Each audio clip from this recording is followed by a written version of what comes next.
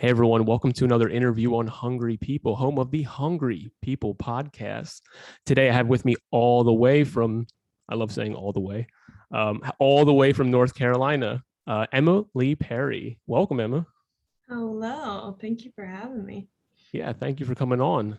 This is going to be a good one, guys. If you have any interest in competing in bodybuilding, refeeding, or you just want to hang out, relax, hear some interesting topics, I think this one's going to be a good one for you. Emma and I actually graduated together back in 2011. We went to the same high school, and we just had our 10-year high school reunion, which for me was, I was actually really excited. I didn't know if it would be There you happening with, go. yeah, Good. I wasn't sure if it was going to be happening with the state of the world, but when I heard about it, I think Brian Cruz was the one that filled me in because I didn't have Facebook, and yeah, I was so interested to see how everyone was and if anything had changed at all. How Did about anything yourself? shock you? What's Yeah. that? Did anything shock you? Oh, let me think for a second. I thought everyone was exactly the same. That was my Same. pretty much. I think there were like a few people where I was like, wow, they really came out of their shell or like they really Hmm. blossomed. I mean, you in particular, you definitely blossomed. Can you Um, expand so on that? you were very quiet in high school. I mean, senior Hmm. year you started to come out of your shell for sure, Right. but it was really cool to see it all. I think the most interesting part of it was that I got to plan it with Emily. So Oh, you like, did. yeah, doing like the back work and calling the school to see if we had anything left in our account from Oh, okay. 2011, like, hey, do we have any funds left so we can buy pizza? So it was an interesting process, but cool to continue to talk to people and see people that we have not seen in so long. And people flew in for it. I mean, heck, I flew in for it. So That's it awesome. was awesome. It was really cool. Yeah, actually, I drove up. I was in Tennessee at the time. I'm like, I got to make it for for that, just to see the familiar faces. And obviously people were more mature, and people, some people dressed better, some people had better haircuts, or different. Now we're all like have careers or different things, but it was really cool to just to see that even though it's been 10 years, everyone, even though they said hi to each other and everyone was friendly, they immediately went to their little cliques. It was like nothing had changed at all. Nothing had changed. And I also felt like I could just bounce around to every single click, which is Yeah. exactly how I felt in high school because all my friends were in a different grade from me. So it Oh, was like okay. just bounce around, it felt like, which was fun. Yeah, good time. And a lot of people I actually hadn't seen since that day, and then picking up where we left off, it just had that familiar feeling of we talked about the same type of things, and I had a lot of fun. I thought it was I was a little overwhelmed at first just because like there's so many people to talk to, but at the same time that eventually it just, when it started flowing and everyone started chatting, it really broke off and felt great. We actually went to the Olden afterwards. I don't know if anyone I Oh, don't know if you did or not, but there was a group of us there, and it continued throughout the night. So it was a great night. I didn't know you helped plan it, so thank you for that, because yeah, that's cool. yeah, ever since we graduated, I'm like, I was looking forward to it, surprisingly. Yeah, I was in my bylaws as the vice president to do Mm. actual planning of it. So it was really cool. Something that was interesting though was that I noticed is that every time I would talk to somebody for the first time that I thought since whenever, they were like, oh yeah, well, I follow you on Instagram. And I was like, oh gosh, I have nothing to say then. You're all caught up. So that was a little weird for me. And it's funny because I never drank in high school, and I don't really drink ever, but everyone there was like, come on, you have to have a shot with me, come on, you have to get a drink. And I was like, I'm okay. Still pass. But it was funny too, because when I seen you at, I think the only time we interacted other than saying hi, you were like, hey, you're probably not going to eat anything here either. I don't know if you were competing at the time, but Yeah, I there was was a in lot of food. we whoa, we made an aggressive order for food and I had to continue to try and shove it down everybody's throats, but I wasn't eating anything because I was in prep. Mm, So still I brought my own meal that night. But yeah, I remember specifically bringing over a box of pizza to you and I was like, you don't want this. right. Well, that just once again, thank you for that. It was really enjoyable for me to see everyone, just because there's, we're all so busy, we get caught up in our lives, and as disconnected I am from most of the people I graduated with, I still did greatly value the time that I spent with you guys over the pretty much my whole life, half my life. So it was great seeing you, and it was great seeing everyone else. Definitely. Small school, so close Yeah. knit group. So it's not Cool. Yeah, let's jump into it. So we both graduated in 2011. Kind of, did you start getting into more fitness stuff from there, or how did you come into this kind of competing? Yeah, my world got open to it after I graduated college, really. So went to Rutgers, and I would go to the gym and not really know what to do. And I would just really develop gym crushes and look around the gym, be like, that's my gym boyfriend, that's my gym boyfriend. Didn't really know what I was doing at all. But I went, and I felt good when I went, so I continued to go. When I graduated college, I was actually living with my dad and fell into like the Great Depression, I like to call it. Just had a really hard time. I always fueled my days up with things to do nonstop all the time. And then graduation hit, and then staying with my dad, just some personal issues. I needed something to help me get out of the depression. So I started going to the gym again, remembering how I felt when I did go. And one of my really good friends who used to live in our town, so I don't know if you're familiar with her, but Jazz Dark hair girl. Yeah, dark hair. I seen you post her, and I do remember seeing her. I never talked to her before though. Yeah, she was in our town for a bit, but younger. She was like my brother's. Right. But she was always a good friend. We would go to concerts together and whatnot. But she was big in lifting and strength training, and I was like, oh gosh, I have no idea what I'm doing. Can you please come to the gym with me?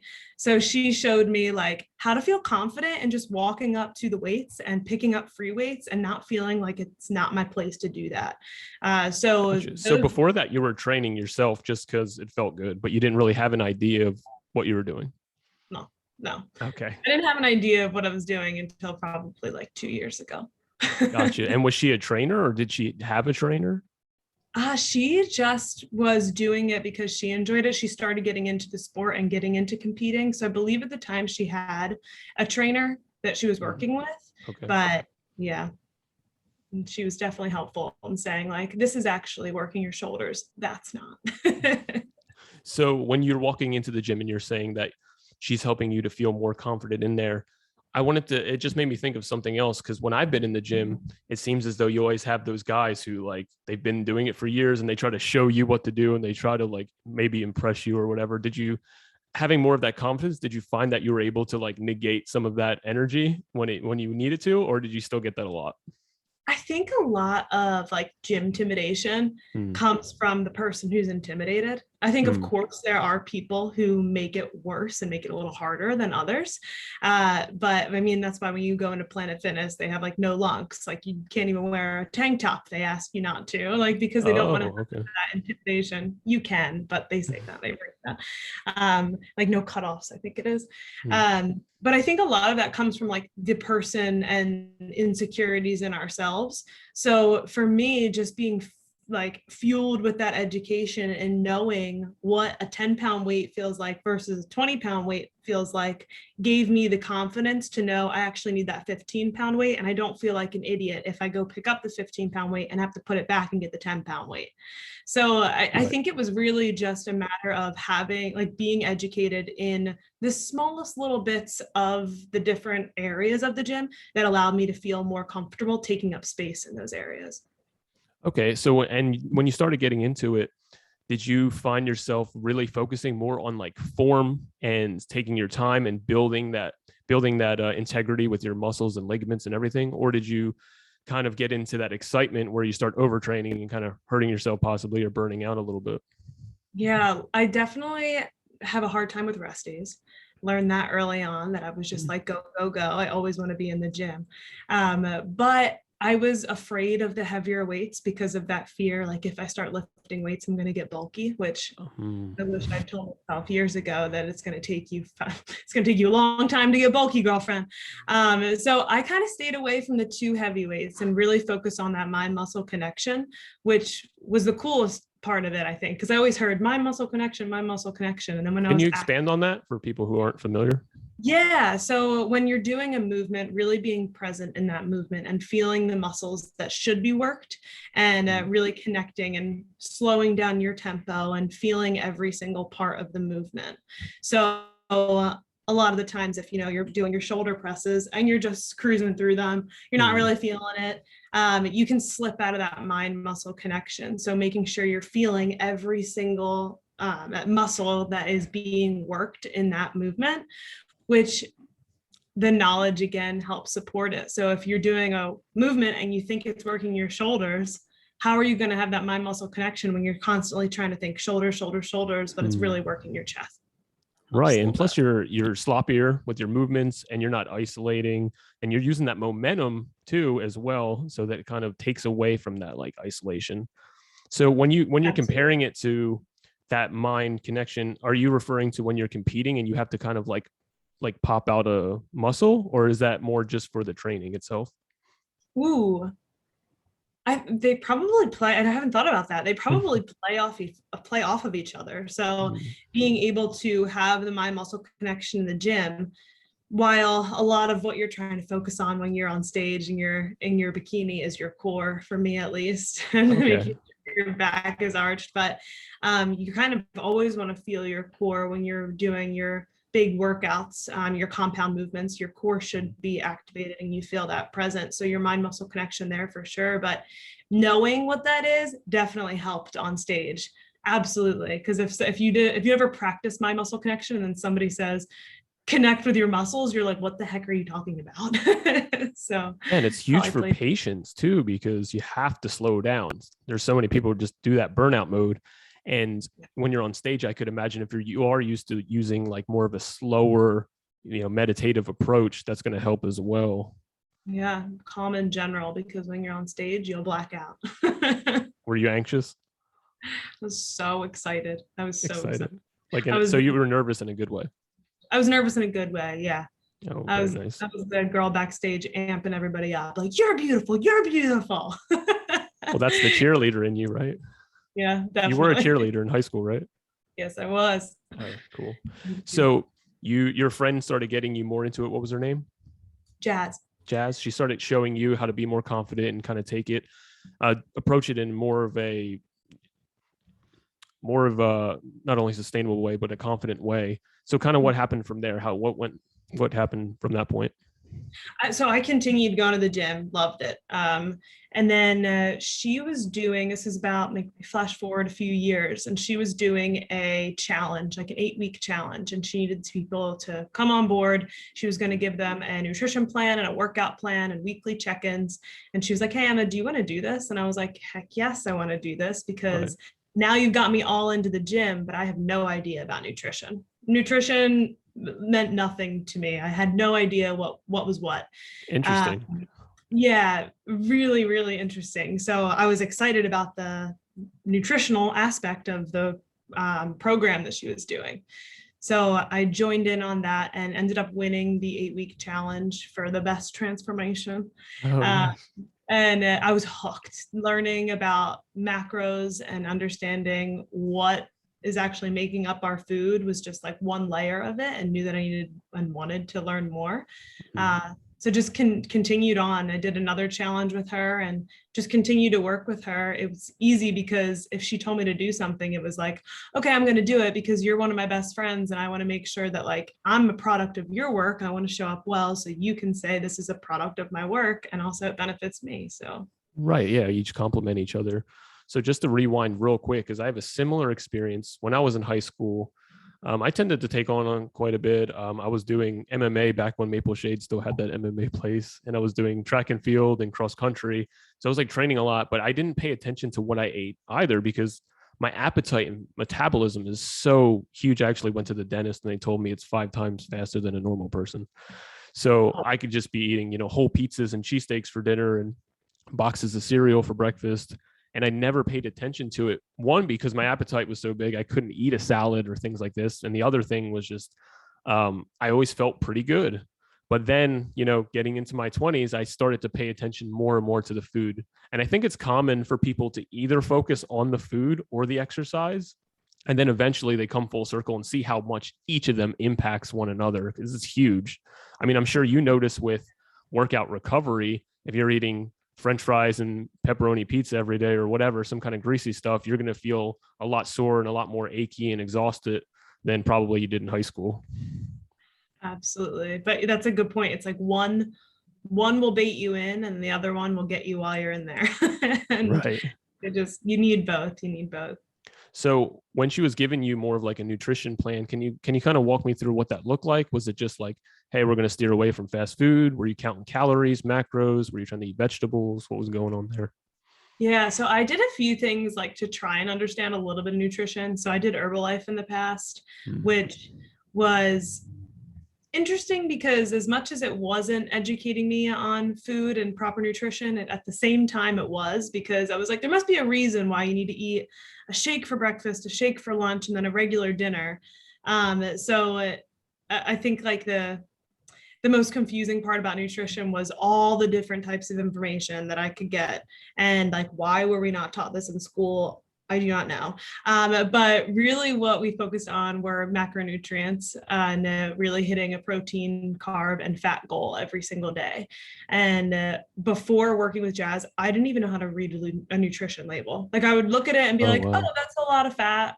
But I have no idea what that means. Like, So you weren't paying attention to like preservatives or sodium content or any, extra fiber. canola oil, fiber, right? Yeah, nothing, sugar even. Like, it Yeah. was alarming. And that's why sometimes I feel like getting into nutrition can be really overwhelming, because you start Mm. to realize a lot that you don't know, and then it feels like you need to take over the world and change everything right now, but really just small pieces will do the trick.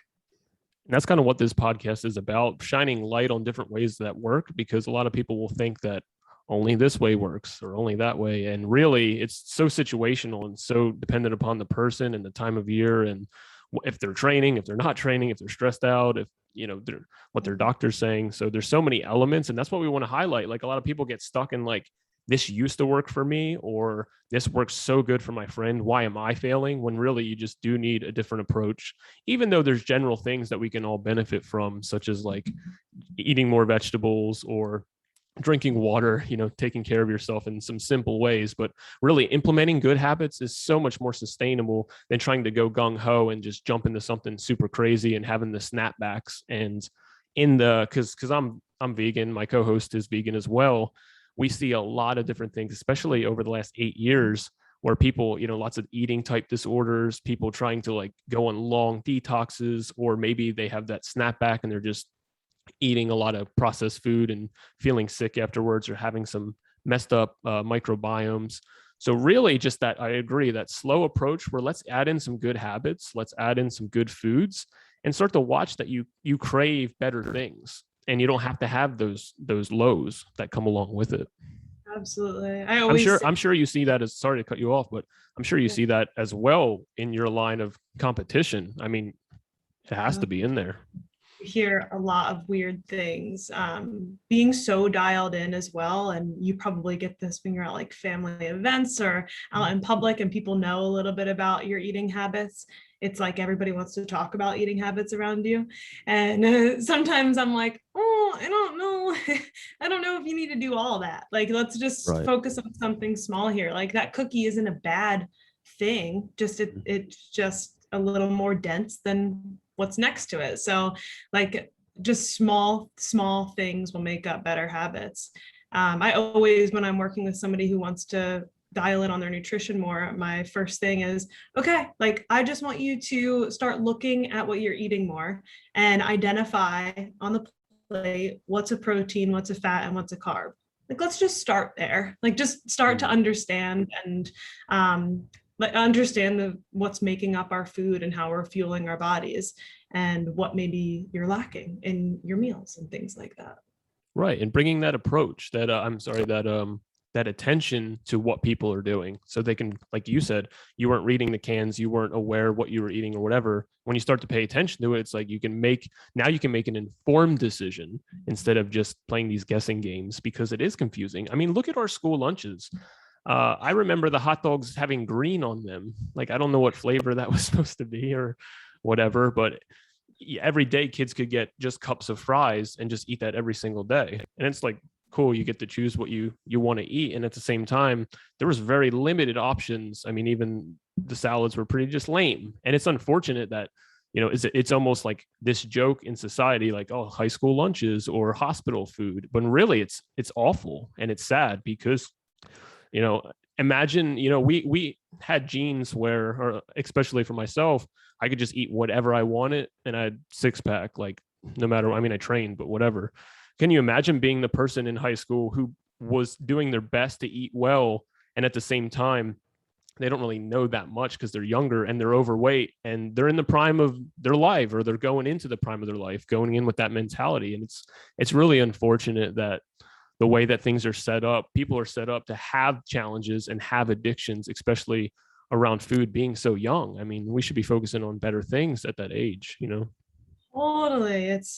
I think of that often about, I always say, I wish I started earlier. Like, one regret is that I wish I started this earlier. And really, I think about the just knowledge I have around nutrition and even just the most basic parts of it. I wish that I knew, because I would spend nights crying, like upset about my body, when I'm looking for any quick fix on the internet, or in magazines back in high school, like looking for a pill, looking for something, when realistically I just needed to understand what I was eating, and I didn't have anybody to tell me. And you don't know what you don't know. So I know, I wish lunches these days were just a quick lesson and like, look on the back of your French fries, let's analyze this nutrition label, and then you can go hang out with your friends. Yeah, I mean, half the battle is the convenience of it. I mean, everything that's unhealthy is so convenient. And then the healthy stuff, it's a pain in the ass, or it's more expensive, or it's just or you're hanging out with your friends and none of them are eating that.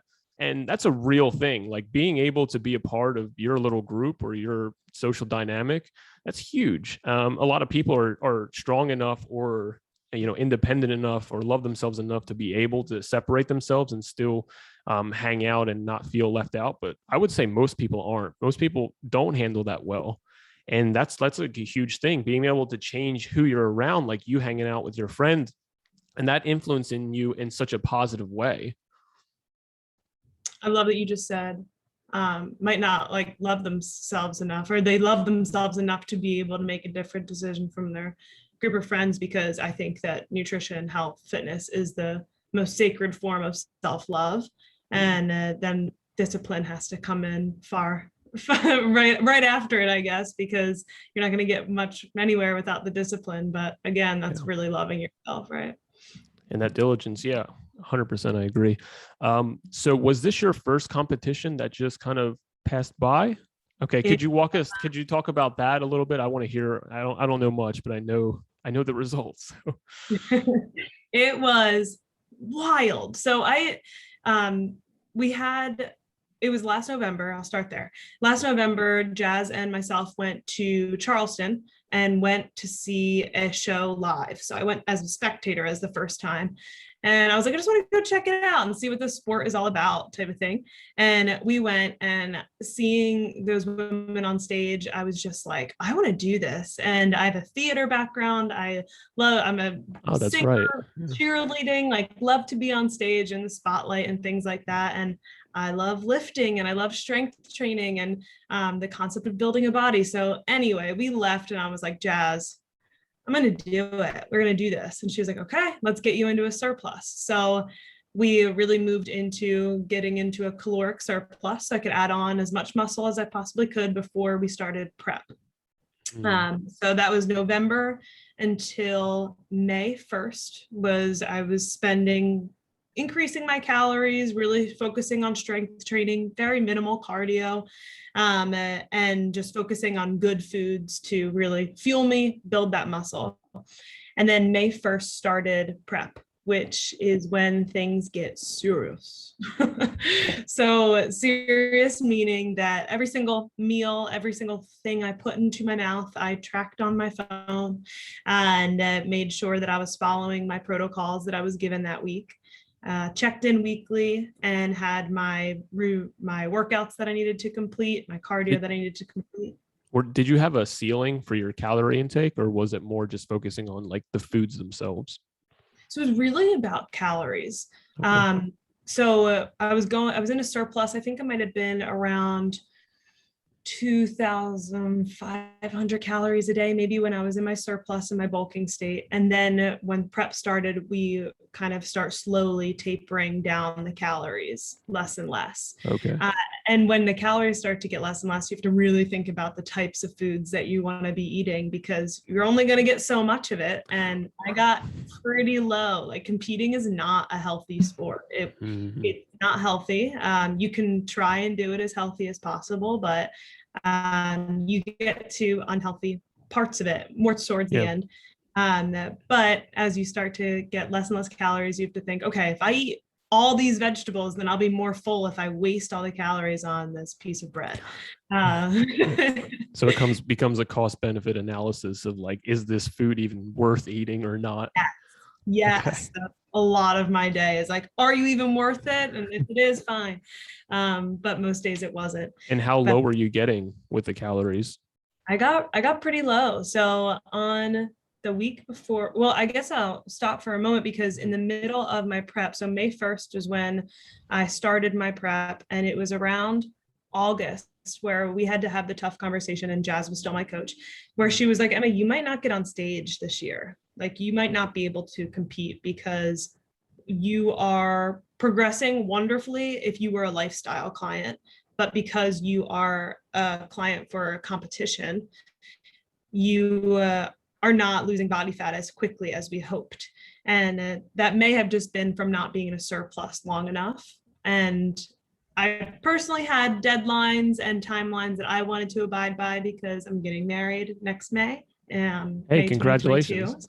That's awesome. Thank you. Thank you. So I wanted to compete before I got married, and also need to plan a wedding. So I was on a timeline. I was like, this is what we're doing. And I knew the circumstances and risks that might come into play. So it was really tough to hear, hey, you've done all this work, but you might not get on stage.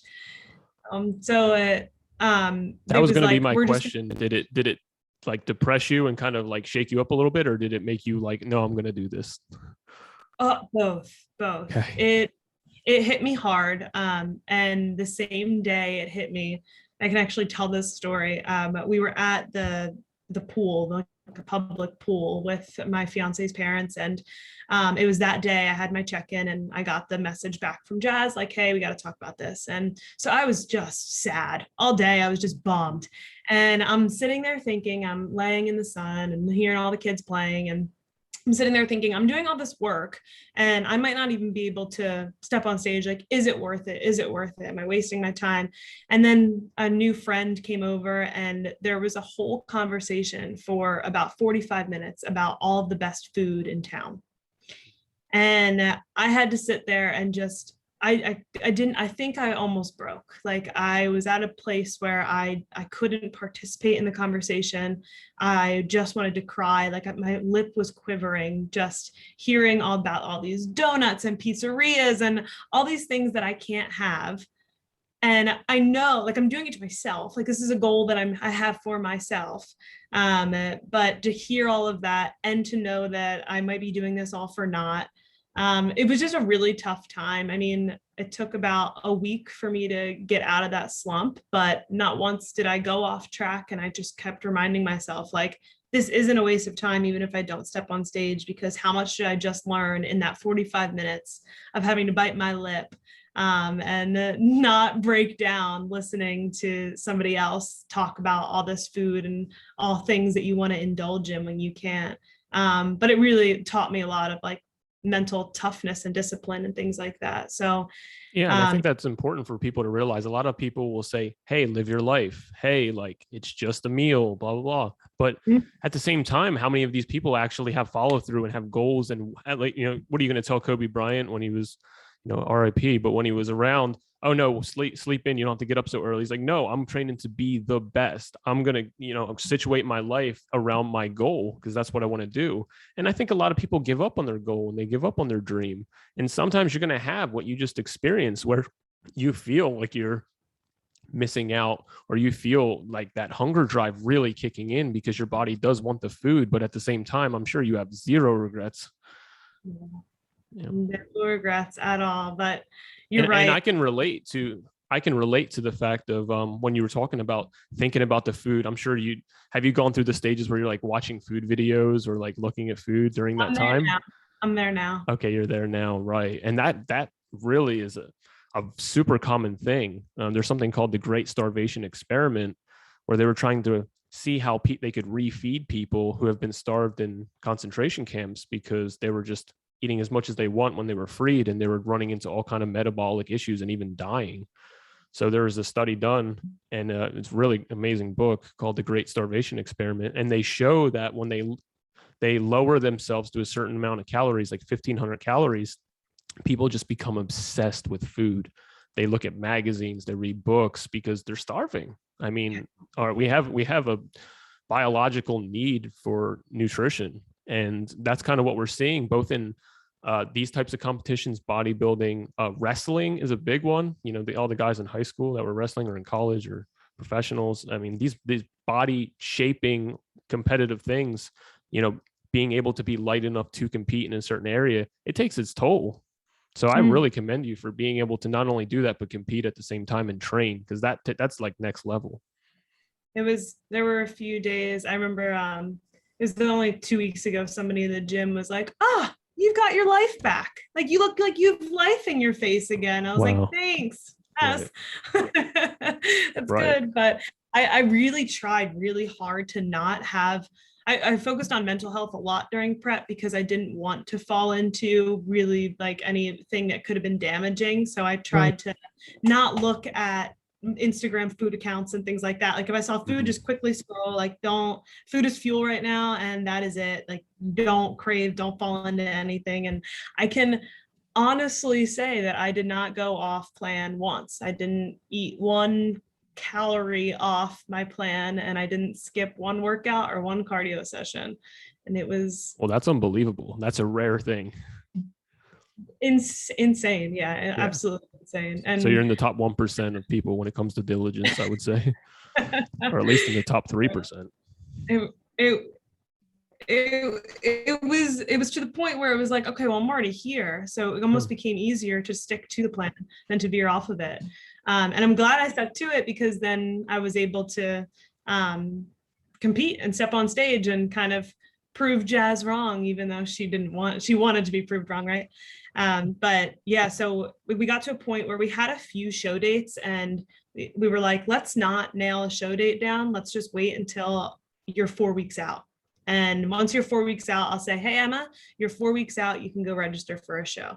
And we got to that point, and she said, you're 4 weeks out. You can go register for a show. And it was exciting, terrifying. I had a lot of imposter syndrome with it.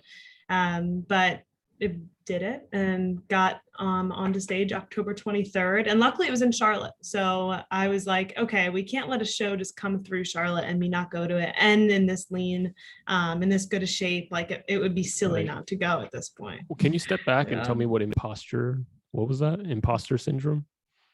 Imposter syndrome. Yeah, so kind of like when you are experiencing something and I'm going to butcher this. Anybody listening who has like a psych background is going to be like, no, Emma.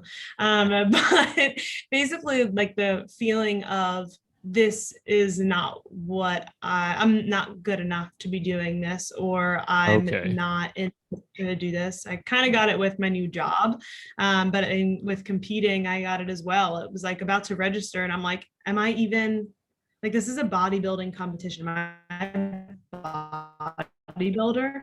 I'm just Emma. I just go to the gym. I just follow this plan. Like essentially, can you feel these really these big shoes? To be this person. Absolutely, yeah. Can you, and then you get into kind of like those sad thoughts, like depressive thoughts, like you don't even deserve it and things like that. And it can really spiral. But to be able to be like, no, I got this. This is what I've been prepping for and training for. And this is now what my path is. Now I've earned to step onto this path. So, okay. So you're backstage, you're hyping everybody up around you. You're excited for it to be your turn. You're holding in your core. Okay. So, so you walk out, what's going through your head? Walk me through that. So what was really cool is that backstage, I refused to look at anybody's physique. I did not want to psych myself out. and look at somebody else and be like, oh my gosh, well, she has bigger shoulders than me, or her glutes look better, or she's leaner. Like, it just wasn't worth it to me. So I had no idea what my competition was, which in the end, talking to Jazz, she was like, I'm so glad you did that, because I wish I told you to do that so you don't psych yourself out, because people can look great and you're going to be hard on yourself. But yeah, walking out, it was kind of just, hey, look at those judges and do your routine. You kind of have a sequence of poses that you put together, and I worked on it for 10 months. And I kind of went into autopilot, and watching the video of my routine, I'm like, hey, I did it exactly the way I practiced it, which is like so rare for anything. Right. But yeah, I really was just like, hey, lock in on those judges and tell them that you love them with your eyes, and do your thing, go step back into your place. And so I competed in 3 classes. I competed in true novice, which means it's your first time stepping on stage. I competed in novice, which means it's your you've never won first in your class. And then I competed in open, and that's just for anybody who wants to compete in the show. And I ended up in true novice. I got first place. In novice, I got 4th place, and in open, I got first place. And for each one, I just had no idea what to expect, because I really don't know how I match up to these other women on the stage with me. So Right. I'm just waiting, like anything that they say will be good at this point, because I don't know. But it was incredible. When I got the first place for open, I couldn't even, I was shocked. I can say this because I don't have children and I haven't gotten married yet, but it was the best day of my life. Hands down. Wow. Yeah. I can imagine. I mean, Yeah. Anything that someone takes their time and puts that amount of effort into to come out with the best possible result, pretty much. What could be better than that? Very, very fulfilling. And so was the meal afterwards. What did you have? What meal did you have? Gosh. So we went to a local place called Pinky's West Side Grill, and they were actually featured on Diners, Dive-Ins, and Drive. So it's just like a trash like motorcycle bar, and there's just Nice. like punk rock all over the walls, and just a bunch of trash. And I got a Nashville hot and spicy chicken sandwich, fried pickles, pimento cheese fries, banana bread pudding, sweet potato fries. We went all in, to the point where, like, at night I was gasping for air to fill up. Like, you were so full, the diaphragm was pushing on your lungs, probably. Oh yeah, everything was happening. Everything was working in overdrive. It was brutal, to the point where, like, I was excited to get back to plan. Because the inflammation, all the extra sodium that I've been controlled for so long. Did you wake up with a swollen face? I actually woke up yoked. Like, my muscles looked insanely full. And we learned from my meal, we learned that during show day, I could have handled more carbs, which would have filled me out a little bit more for when I was on stage. So backstage, I was eating some rice cakes and honey and things like that to try and fill up my muscles before stepping on the stage. So it was good to know that, hey, next time we compete, I can handle more carbs on show day because my muscles will enjoy it. So there will be a next time. Oh yeah. That's pretty cool to hear. I wasn't sure if you were like a one and done. You know, I thought about it, and I loved it so much. Like, I already missed the stage, and I know, like, the stage has a special place in my heart, whether I'm acting, singing, dancing, whatever it is, and now competing. So I definitely want to do it again, and that helps motivate me right now in this off season as well. So we're thinking 2023, after I get married, go on a honeymoon, enjoy life, enjoy food and my balance, and then get back to it. As much as we love exercise, it completely transforms our approach when we have something that we're working towards. So I can imagine why you would be even a little intimidated to not to leave the competition, just because that will enhance your workouts and your performance to the next level. I mean, if I don't have like a race or something, I kind of just get lazy with it, and it's so much easier to just eat whatever, stay up late, you know. So Mhm. I can imagine why you would want to compete, other than just the love of competing itself. Right. And that's a good point because right now I'm in my reverse diet. So Mm.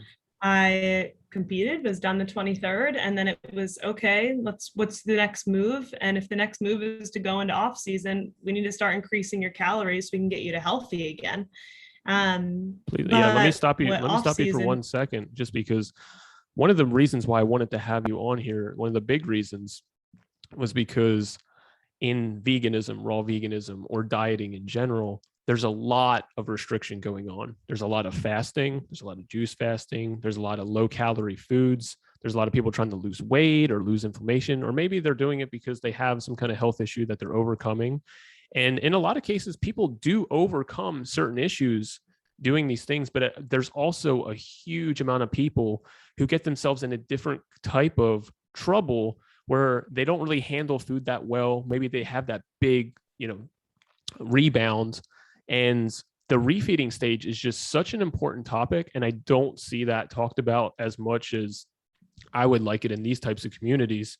And because there's so many people with so many different ideas of how it should be done, going back to what you said about just there being so much information. And I would love to shine a light on what you believe to be a really good or a better approach in how people can maybe mentally, emotionally, physically think about this if they're coming from a place of restriction and they're trying not to run into the issues these people were in the Great Starvation Experiment, where they're snapping back and forth and really putting all this stress on their liver and their kidneys and et cetera. Do you have anything to touch on with that? yeah, absolutely. I think that a lot of people are under eating and have no idea. If I start working with a client or honestly even a friend, I'm saying, hey, what's your goal? And they're like, oh, I want to lose some fat in my belly and my arms and things like that. And I'm like, okay. And then do you know what you're eating right now? And they're like, I eat way too much. It's snacking. Like I can't stop snacking and things like that. And I'm like, okay, that's good to know. What we're going to do is for a week, I want you to track everything that you're eating. And then you're going to share it with me, and we're going to take a look at how many calories you're eating every day.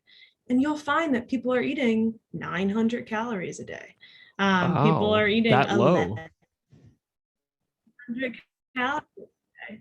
That low. Mm. So when you're eating that low, and then you're saying, okay, now I'm going to diet. So you're already eating that low, and now you're like, I have fat loss goals now. You're Right. not ready for fat loss goals because if in order to lose fat, you need to eat less than 970 calories a day, and you won't be able to get out of bed. So that's not fun for anybody, which is why people quit so often, Yeah. because they're hungry, they're starving, and they're like, Right. I can't do this forever. Yeah, they're hungry people, So really for what I sure. work on, yeah, hungry people, that's for sure. Get them on here. And but what we'll do is slowly start to increase the calories, and that scares everybody. They end up not checking in because they don't want to eat the calories. They are afraid to eat the calories, so they don't, and then they will lie about what they're eating. And that's why you see so many people start a health fitness journey and then fall off of it because one, they're starving themselves and they're doing it on their own, or two, they don't want to eat more food because they're afraid of it, because diet culture tells us to be afraid of it. Right. So yes, super important to be fueling our bodies, especially if we're moving in the gym and doing activity. Yeah. And But sorry, I thought you had a question, so I oh paused. yeah, no, I was just gonna, it kind of froze up a little bit. But a thing I like to highlight for people is an appetite is a really, really healthy thing. And I don't know about you, Emma, but growing up, my mom and their generation, it seems as though they're always eating or not eating because they feel sick. So it's kind of like, oh, I'm car sick, I need to eat something, or I haven't eaten, that's why I feel sick. And it's like they have this kind of relationship with food where maybe they eat a cookie and it's not enough calories for their whole day, or they're eating these things, but they almost feel too sick to eat more food. And I think that that's something that's not talked about as well, where having an appetite is such a healthy thing. You know, you should be excited to eat and not eat something so small that it couldn't nourish you, but at the same time, you couldn't eat anymore because you're going to be sick the rest of the day. So pinpointing and addressing that stuff as well is going to be huge, because like you said, food is fuel. If you don't have the fuel in your car, you're not going to get to where you're going. You need to have a proper amount of food, but you also need to do it in a way that isn't just about calories. Like you said, making sure you're focusing on meeting your nutritional needs as well. Right. Because if you're you're feeling car sick and you eat a cookie, you're jam packing yourself with what micronutrients? With what? I couldn't tell you. But if you are like, okay, let me eat this like mixed fruit salad or something like that, and maybe some chicken or something that's going to be able to fuel you differently, you're not going to be feeling like trash. You'll be feeling much better. Right. You're not going to reach for a 2-hour energy or 4-hour energy or a coffee, or, you know, these things can have their place, but at the same time, when you're literally just overriding your body's signals just so you can get through, you're going to reach a point where you fall apart.